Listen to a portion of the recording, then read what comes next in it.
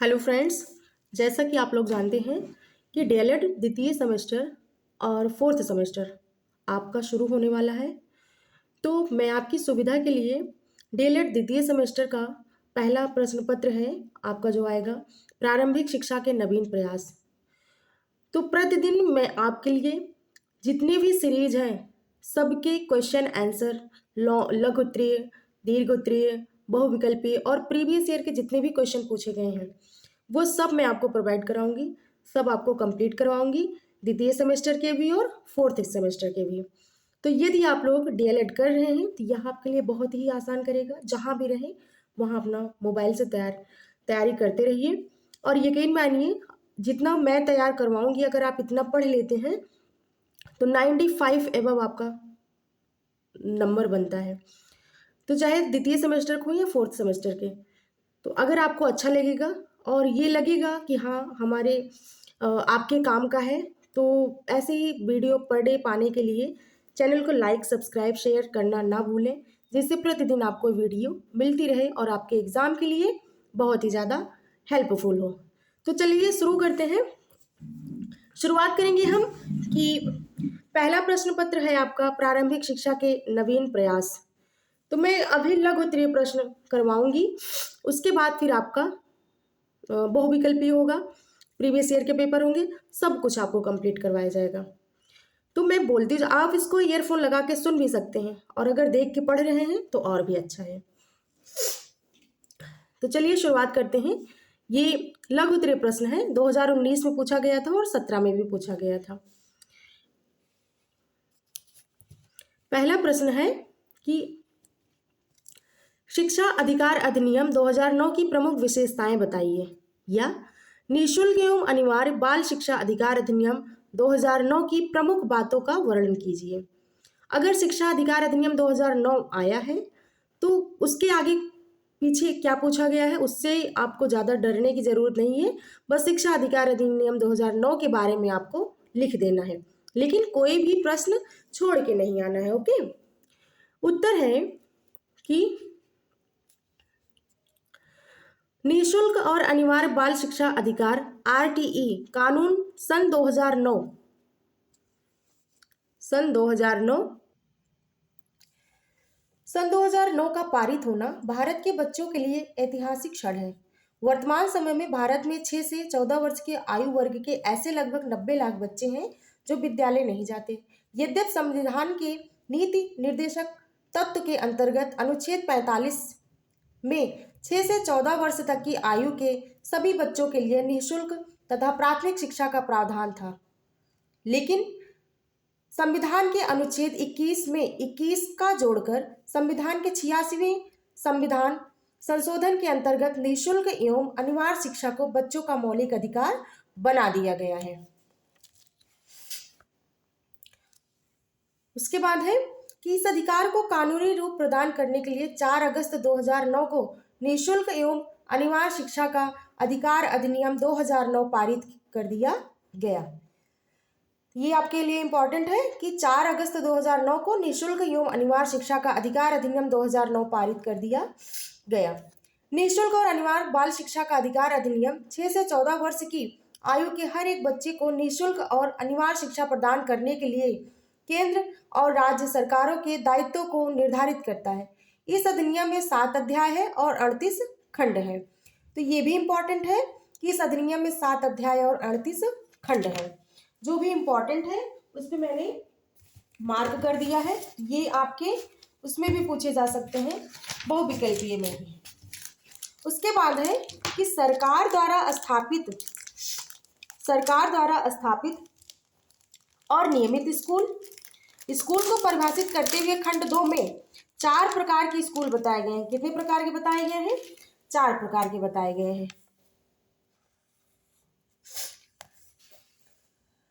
आइए देखते हैं कौन कौन सा है। पहला है कि सरकार द्वारा स्थापित और नियमित स्कूल। दूसरा है कि अनुदान प्राप्त निजी स्कूल। तीसरा है विशेष श्रेणी के स्कूल जैसे नवोदय, केंद्रीय विद्यालय आदि। चौथा है अनुदान न पाने वाले निजी स्कूल। तो कितने प्रकार के स्कूलों की परिभाषा बताई गई है? खंड 2 में किसमें बताया गया? खंड 2 में 4 प्रकार के स्कूल बताए गए हैं। सरकार द्वारा स्थापित और नियमित स्कूल, अनुदान प्राप्त निजी स्कूल, विशेष श्रेणी के स्कूल जैसे नवोदय केंद्रीय विद्यालय, अनुदान पाने वाले निजी स्कूल। उसके बाद लिखना है कि निःशुल्क और अनिवार्य शिक्षा अधिकार।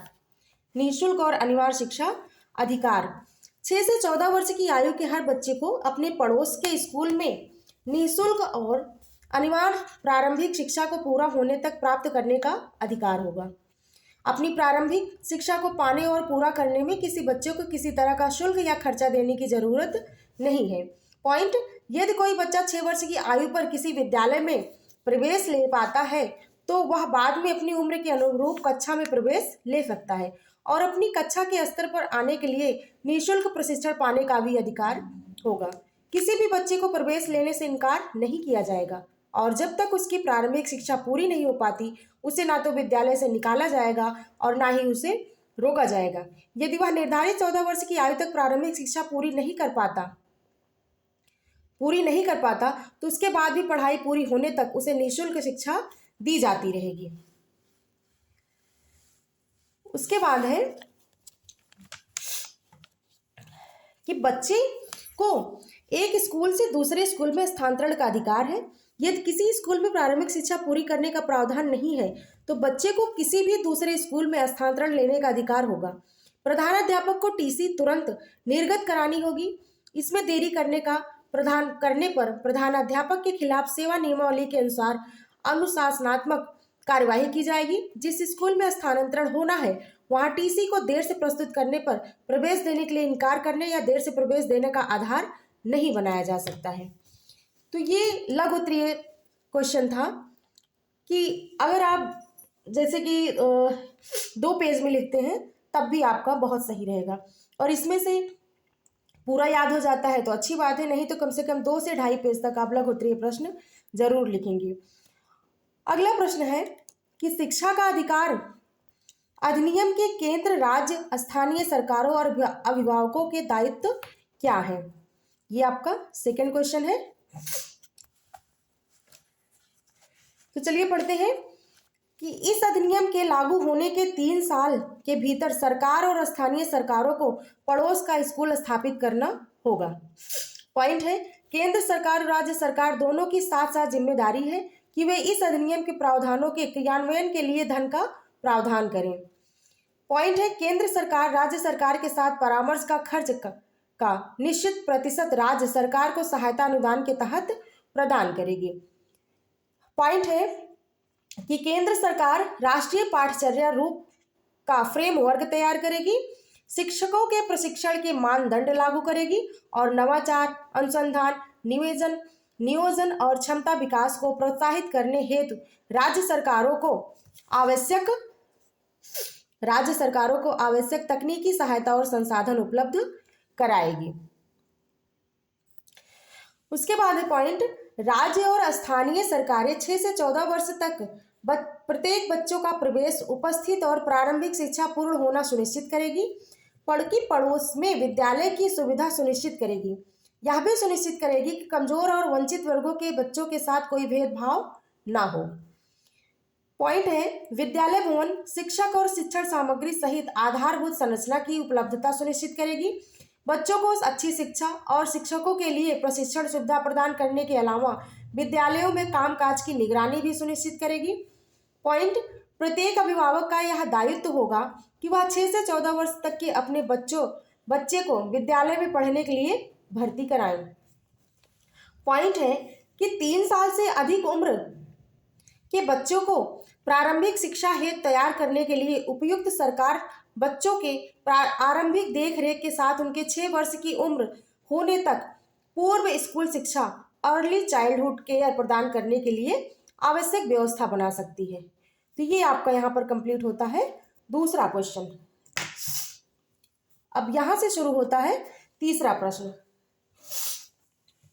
तीसरा प्रश्न है कि भारत सरकार द्वारा शिक्षा का अधिकार अधिनियम क्यों और कब लागू किया गया?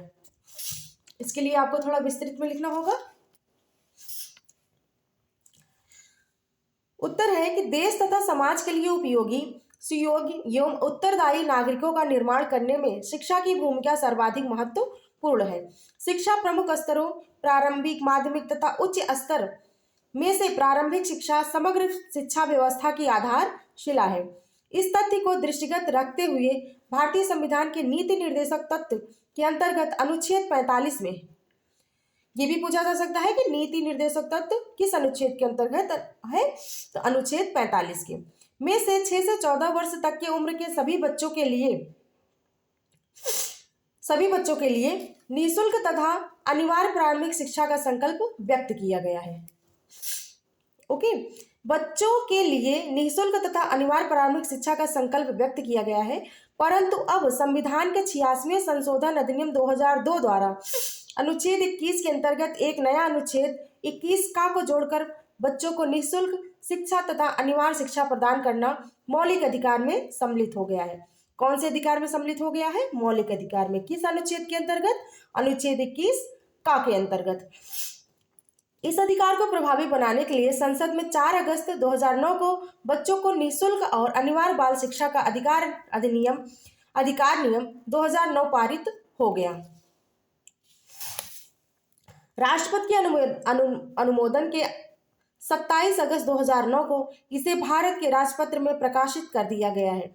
इसके साथ ही देश के हर बच्चे को शिक्षा का मौलिक अधिकार कानूनी रूप से प्राप्त हो गया है।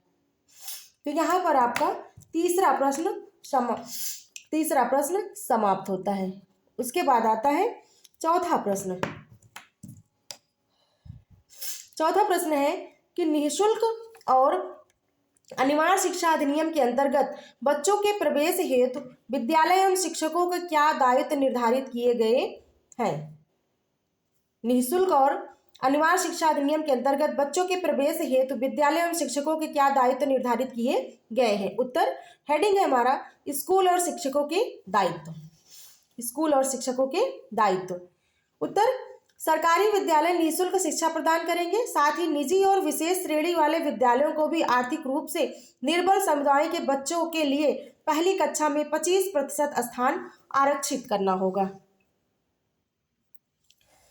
कोई भी विद्यालय प्रवेश लेने के लिए ना तो कोई अनिवार्य दान या चंदा ले सकेगा और ना ही अभिभावक बच्चे के चयन के लिए कोई प्रणाली अपना सकेगा। प्रवेश देने के लिए अनिवार्य रूप से चंदा या दान लेने की स्थिति में उसे 10 गुना अर्थदंड देना पड़ सकता है और चयन प्रणाली अपनाने के लिए पहली बार ऐसा करने पर 25,000 और उसके बाद अपनाई गई हर प्रक्रिया पर 50,000 का दंड देना होगा। यदि कोई स्कूल पूर्व प्राथमिक शिक्षा भी प्रदान कर रही है तो उसे इस कक्षाओं में सीटें आरक्षित करनी होगी। इन बच्चों के खर्च को राज्य सरकार वहन करेगी। उसके बाद है बच्चे की उम्र का निर्धारण जन्म प्रमाण पत्र के द्वारा किया जाएगा, जो कि जन्म, मृत्यु एवं विवाह पंजीकरण 1986 के अनुसार दिया जाएगा। लेकिन प्रमाण पत्र के अभाव में किसी भी बच्चे को प्रवेश देने से इनकार नहीं किया जा सकता है। यदि प्रमाण पत्र है तो ठीक है, ना है तब भी उसे प्रवेश देना पड़ेगा। सेकंड है, किसी भी बच्चे को किसी कक्षा में रोका नहीं जाएगा और ना ही स्कूल से निष्कासित किया जाएगा जब तक कि वह प्रारंभिक शिक्षा पूरी ना कर ले।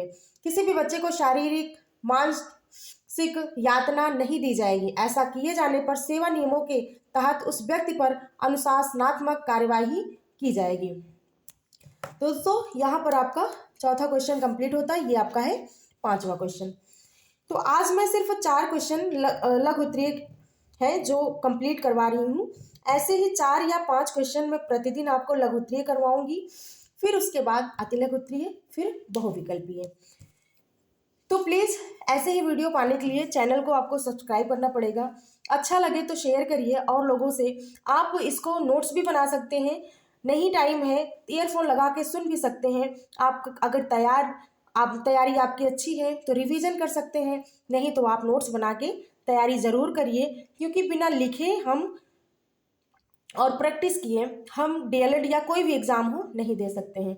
अगर यह वीडियो आपको अच्छा लगा हो तो प्लीज़ सपोर्ट कीजिए और हमें कमेंट में ज़रूर बताइए कि ऐसी वीडियो आपके लिए हेल्पफुल है, मैं और आगे बनाऊं।